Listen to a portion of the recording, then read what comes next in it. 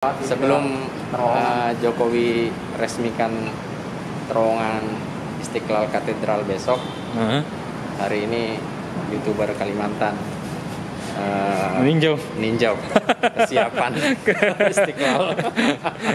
Kenapa katanya dibuat terowongan ke bawah sampai ke sana? Apa gunanya? Malah proyek permurtadan katanya.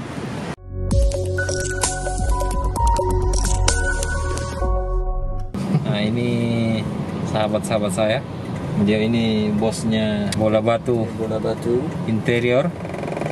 Sedangkan yang di belakang ini bosnya Asera Baby Shop, perlengkapan bayi. Sudah 3 cabangnya di Jakarta. Akan depan ini. Nah, yang di depan ini bawa mobil Lexus. itu junior kita. Nah, kita mau jalan-jalan ke Istiqlal ini.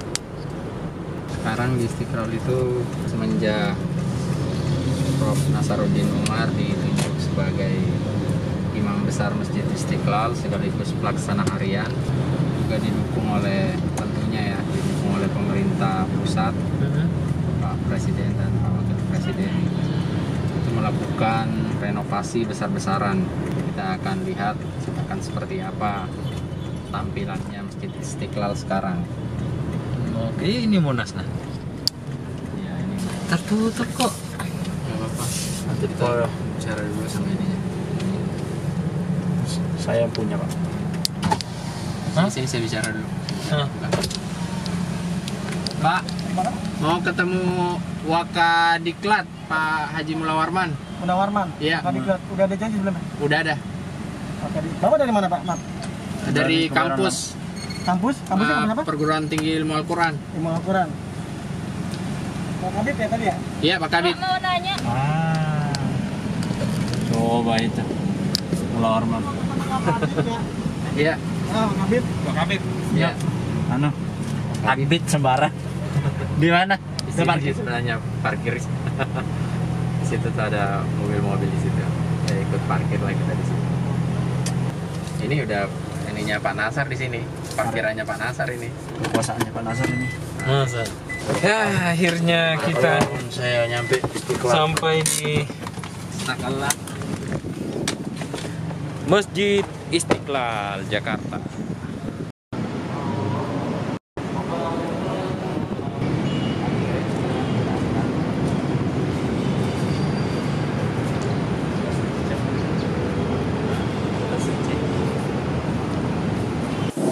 Assalamualaikum. Golok yang besar kan? Bangkai di gym-gym ini. Yang ngasih itu kan tetangga. Ini sejak kapan ada game di Istiqlal ini? Baru Belum setahun ya? Periodenya memang hari ini.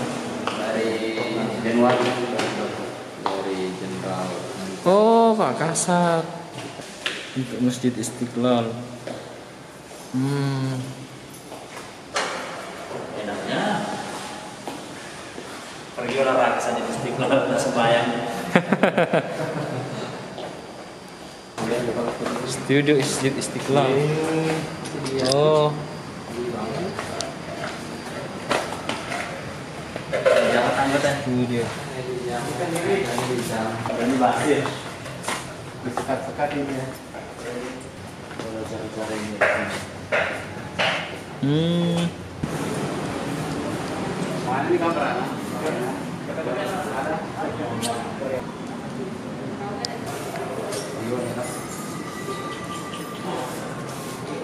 Enak ya ditaruh standar tadi Korea apa? Udah itu dibuka sih tadi.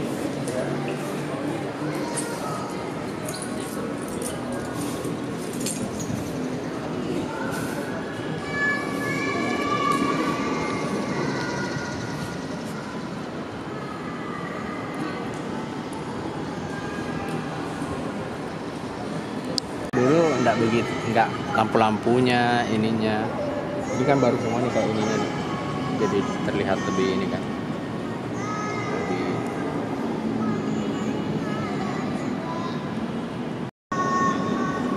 Iya. Paling bagus ko anu. Ko man makarpe na to. Iya, tak pas sama Oh iya ya. Solar kayak gini karena covid jadi karpet baru semua.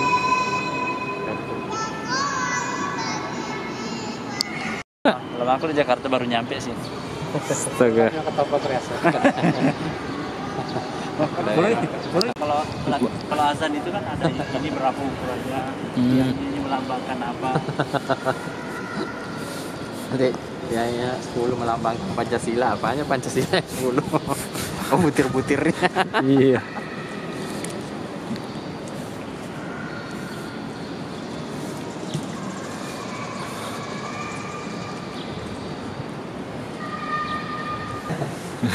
Ini.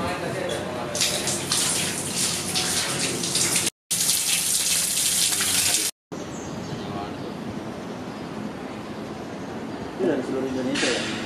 Tentang. Besar.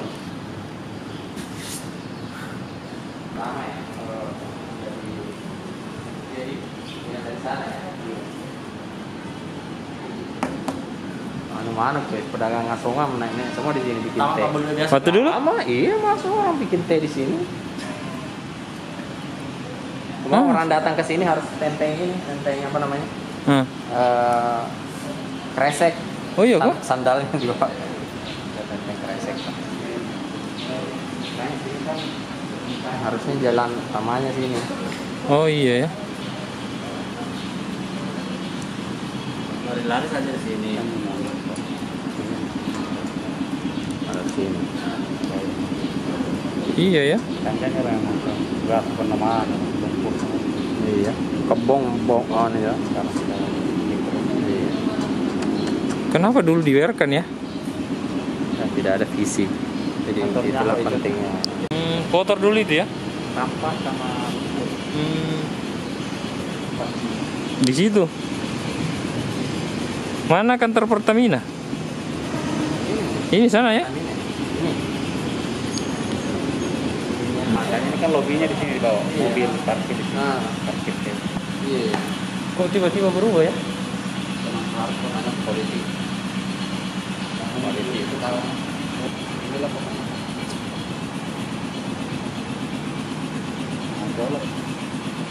Sebelum Jokowi resmikan terowongan Istiqlal Katedral besok, hari ini YouTuber Kalimantan Meninjau. ninjau kesiapan Istiqlal.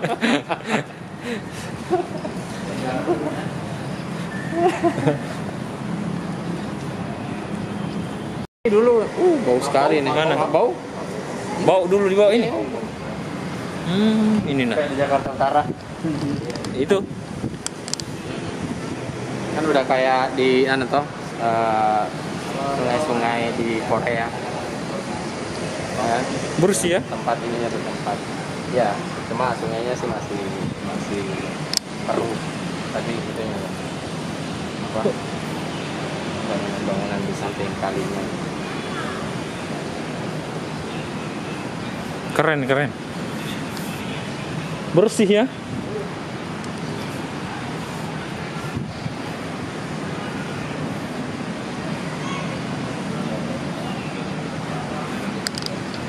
Keren, Istiqlal keren.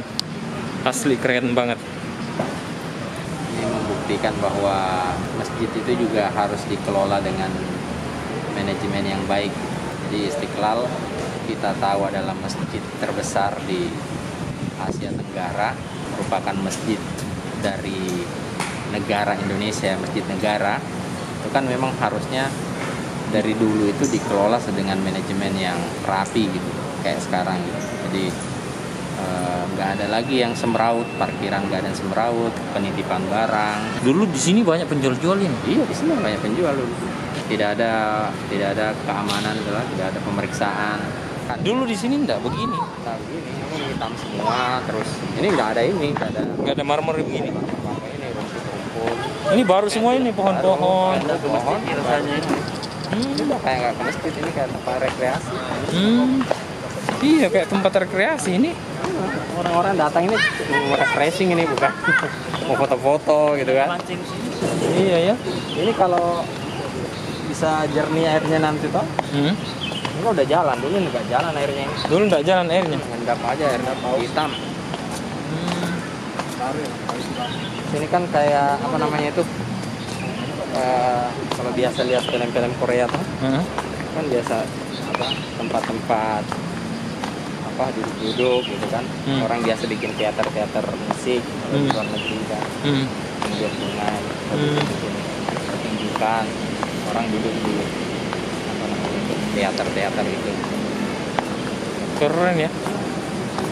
Memang orang datang ke sini kayaknya mau apa? Refreshing. Ini karena belum nongkrong. dibuka aja sebenarnya. Oh iya, karena belum Kalau dibuka ya. belum dibuka secara penuh. Kalau pandemi selesai, ini pasti jadi apa namanya itu incaran selebgram ini. Dan YouTuber. Ini mohon maaf ya, dulu sini tuh tempatnya Apa? gelandangan tidur gitu. Di sini? Iya, Dulu. dulu.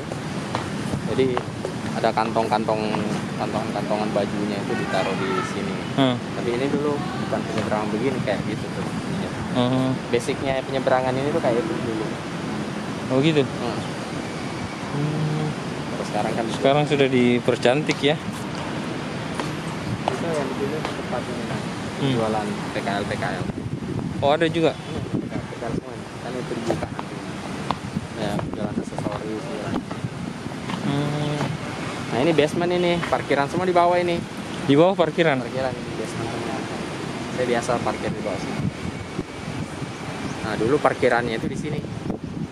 Nah ini nih preman semua dulu yang pakai. Dulu tukang parkir masuk sampai di sini. Oh iya, parkiran. Kayak di Korea-Korea ya. Nah, iya. Iya, Kan kan? kalau terbuka ini nanti kan ini tuh apa namanya itu kayak mereka jualan aksesoris, jualan Di situ apa ya? di situ ya, merchandise, oleh Istiqlal. Tapi belum dibuka ya karena Iya. pandemi. Sudah? Tidak ini nih. Oh iya ini belum. Oke.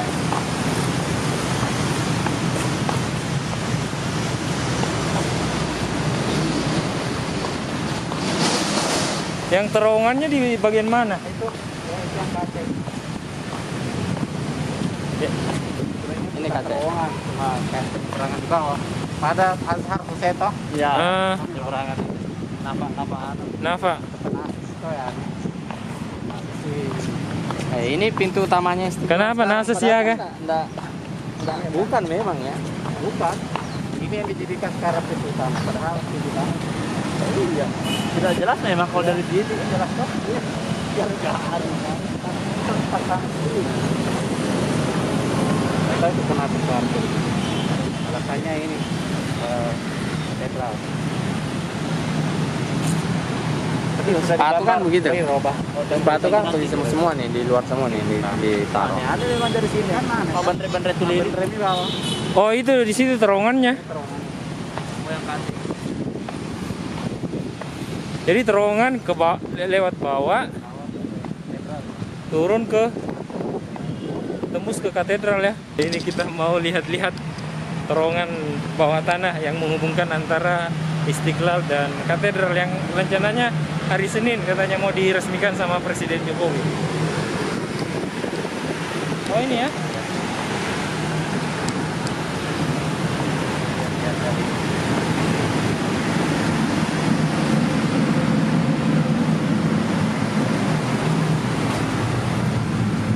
Oh, naik lift. Oh lift ya.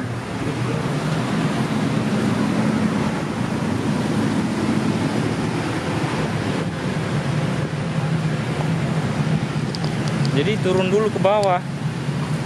Turun ke bawahnya pakai lift ya. Kabel. Jalan kaki. Oh, Oh, ini pejalan kaki. Kabel. oh turun. Oh.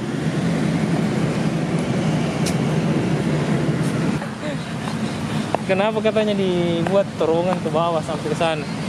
Apa gunanya? Malah proyek permurtadan katanya. Ya tergantung ininya. Tergantung Sudah habis sudut- bahannya orang kan. sudut pandangnya. Kalau sudut pandangnya negatif ya mau pikiran apa aja ya bisa aja gitu. Kalau sudut pandangnya positif, ya ada yang bilang itu kan terowongan toleransi, ya, atau terowongan harmoni. Terowongan salam harmoni.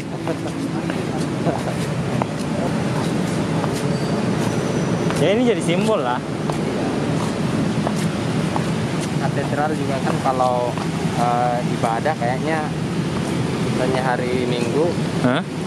kalau ininya parkirannya kurang, apa salahnya dia menggunakan parkirannya Istiqlal kan? Dia bisa parkir di parkiran tamu Istiqlal, terus dia nyebrang ke katedral. Kita juga mungkin perlu juga melihat ini toh, wisata, lihat ininya peribadatan saudara kita ya, Kristen. Pemandangan nanti Tanemeto tapa nama si Evita di Boko-Bokoran. itu tapa nama si Evita pak. Lagi mas kada aero apa mirip to ya na.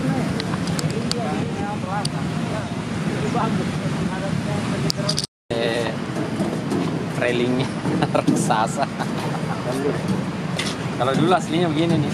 Aslinya. Oh, Terus gitu ya? mobil-mobil sampai semua di sini parkir. Hah. Sini semua parkir mobil. Sampai sini? Iya. Tidak tertata memang dulu. Oh, ini biasa ya. Ada terminal bro. Iya, Oh. itu kayak terminal ini. Terminal Senen apa? Ke daerah-daerah. Bus-busnya orang di situ semua ada parkir. Hah. Kot, bus. Oh iya, dulu kan saya ijak ini waktu pemulangan dari Gontor. Ah. Pemulangan dari Gontor di sini kita di drop. Iya. Makanya saya. Iya, Sampai di sini ya mobilnya dulu. Sampai di sini sampai depan sih. Bagaimana mau rapi? baru bebas masuk mandi dulu. Iya. Ini pohon-pohon bunga-bunga ini nggak ada dulu. Tidak, ini pohon ini kan langsung diangkat semua ya. Pohon langsung dipindah ke semua ini. Baru ya? Ini baru nah.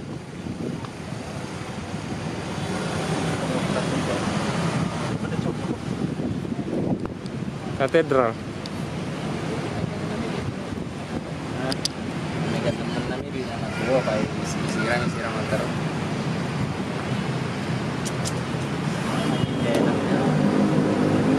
Saya sederhana. Baru semua ini ya?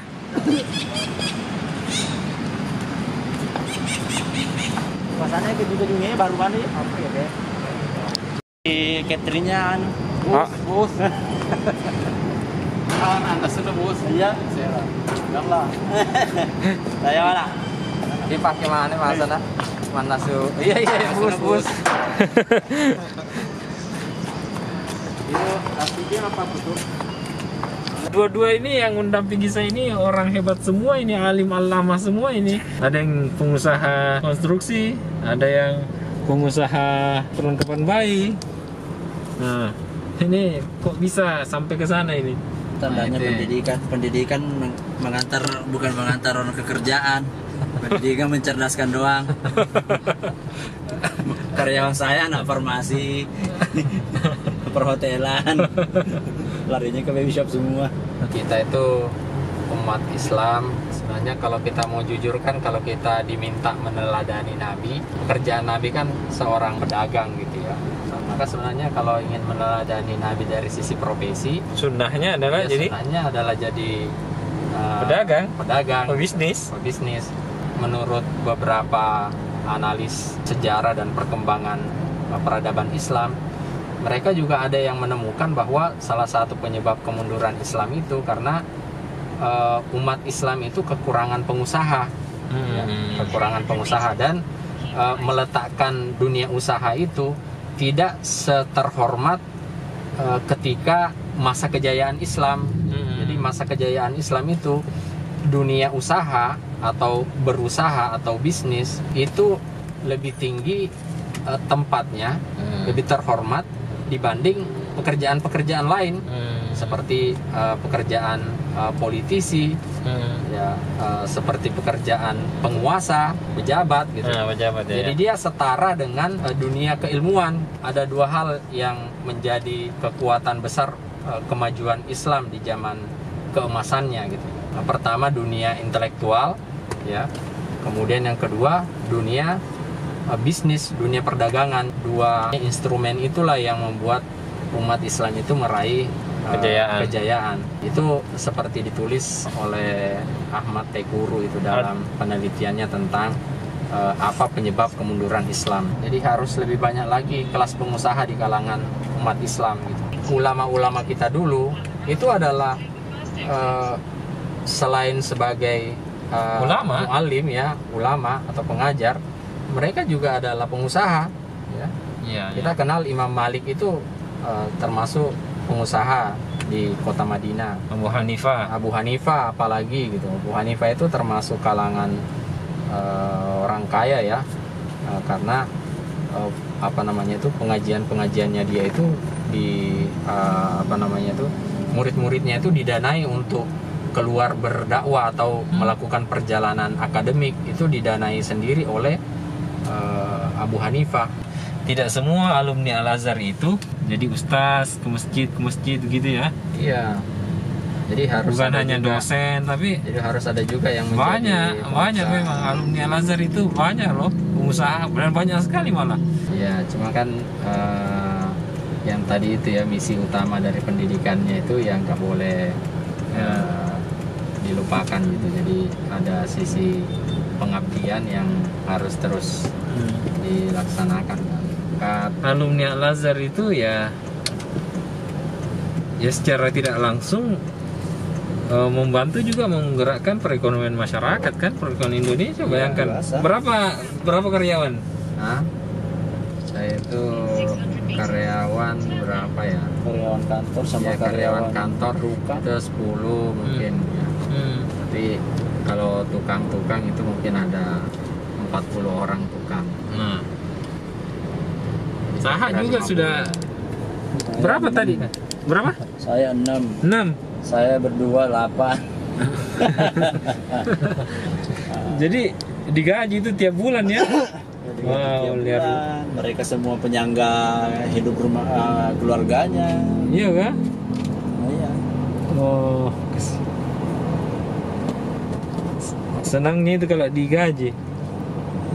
Dan kita juga senang menggaji, merasa membantu, merasa ikut ini. Karena kan sekarang kalau kita mau ngasih terus, sampai kapan? Iya. Harusnya kalau kita mau membantu sekarang orang itu, beri dia lapangan kerja, bukan dikasih. Iya. Sampai kapan kita bisa ngasih? Iya. Dan berapa kita bisa kasih? Kan nggak mungkin. Iya. Hanya membantu orang-orang malas jadinya. Itulah.